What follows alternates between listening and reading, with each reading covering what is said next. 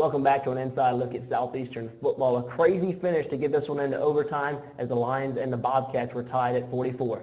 Let's go back out to San Marcos, Texas, and watch overtime. We wanted to bring the kids together here, explain what was going on at the half. We were going to play defense first, and if not, we were going to play in the end zone where we've been scoring all of our points.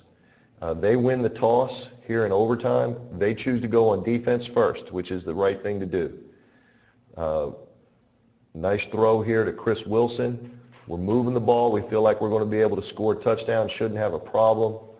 Great catch here by Merrick Lano, going in between two receivers and catching the ball at the 2-yard line. And Jasper gets in between two defenders to score the touchdown. And then we do come on, and Jeff Turner makes the extra point, which turns out to be the winning point in the football game. So we're up 51-44. Bradley George, little throw underneath the running back, come up, nice tackle there by Ryan Godare. Then they come back with a screen on a third down play. They needed, it was 3rd and 5, I believe they got 7. Then they come back on a play action pass and throw it back to a corner route. Don't think that that ball was caught, but the officials gave it to him. I think the official was looking down at his feet and didn't see him bobbling the football. But then the extra point hits the upright, and Lions win 51-50. Unbelievable celebration on that football field. What a great feeling that was for our young men. The excitement of being able to pull that ball game out, being down by 24 points in the fourth quarter. You know, Coach Condell is in the press box. I didn't get a chance to celebrate with him, and when he came down from upstairs, I want to give him a big hug for such an outstanding job of play calling in the entire football game, but especially in that fourth quarter. We had to score 3 touchdowns and 3 two-point conversions to tie the football game. An unbelievable finish. The Lions win it 51-50. Before we get Coach's comments, let's go back out to the field and check out the post-game comments as nothing tells it like in the moment. I mean, we just played hard. We knew from the beginning that we had to come out here and fight, and we was going to have to overcome adversity, but I mean, we did what we had to do, and we came out on top. I mean, you saw it. That's all I can say.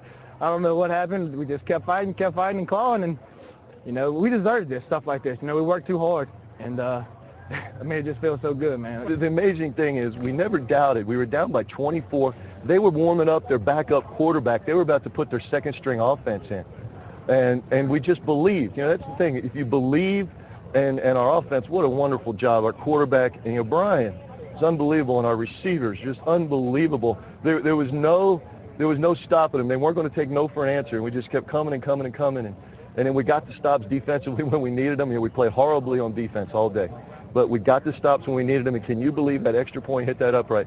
You know, there's definitely some divine intervention right there. There's no doubt. And I told the kids, you know, let's give praise where praise is due.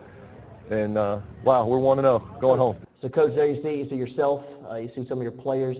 Big victory for your program.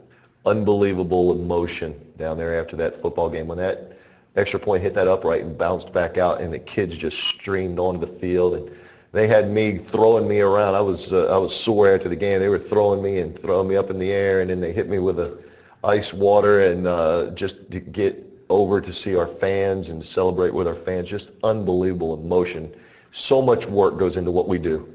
The coaches and the coaches' families and the kids, to have something like that, it's just great for our program. And Coach, this isn't just any opponent. This was a team that was picked first in the Southland Conference preseason. You do it on the road, the longest road trip in the conference. And we talked about that Friday night in our team meeting, that, you know, they're picked first, and then every coach in this league picked us last.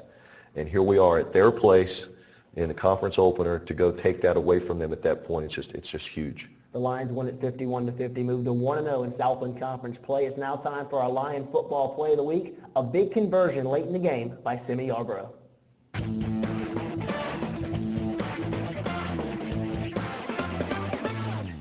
All right, here we go. 4th down. We knew they were going to be a nickel. Nickel meaning with 5 defensive backs. What they are showing is basically a regular middle field close, cover 3. With the route that we're doing, this is a great job by Brian. He's able to look off that safety, which is very imperative.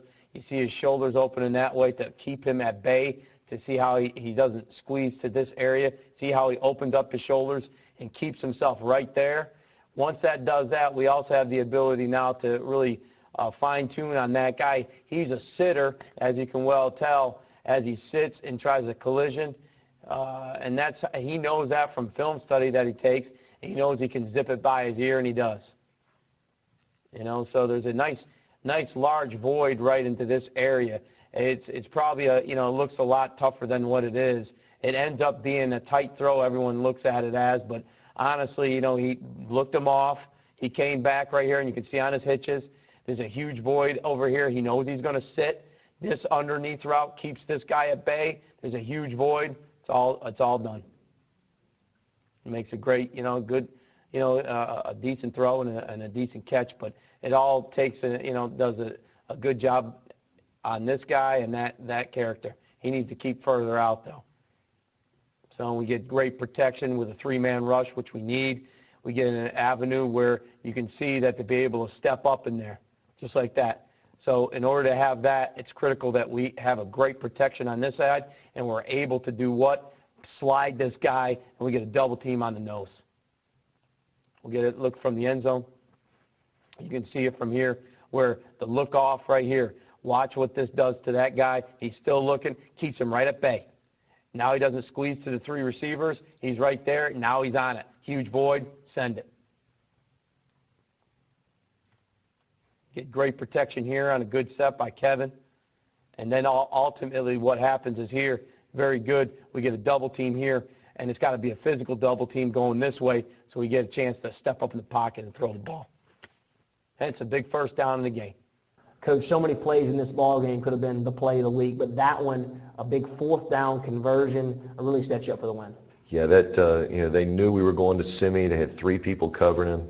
Great throw by Brian, and Simi once again goes up and makes just an unbelievable catch. It's time for another break. Stick with us right here on Inside Look at Southeastern Football with Mike Lucas.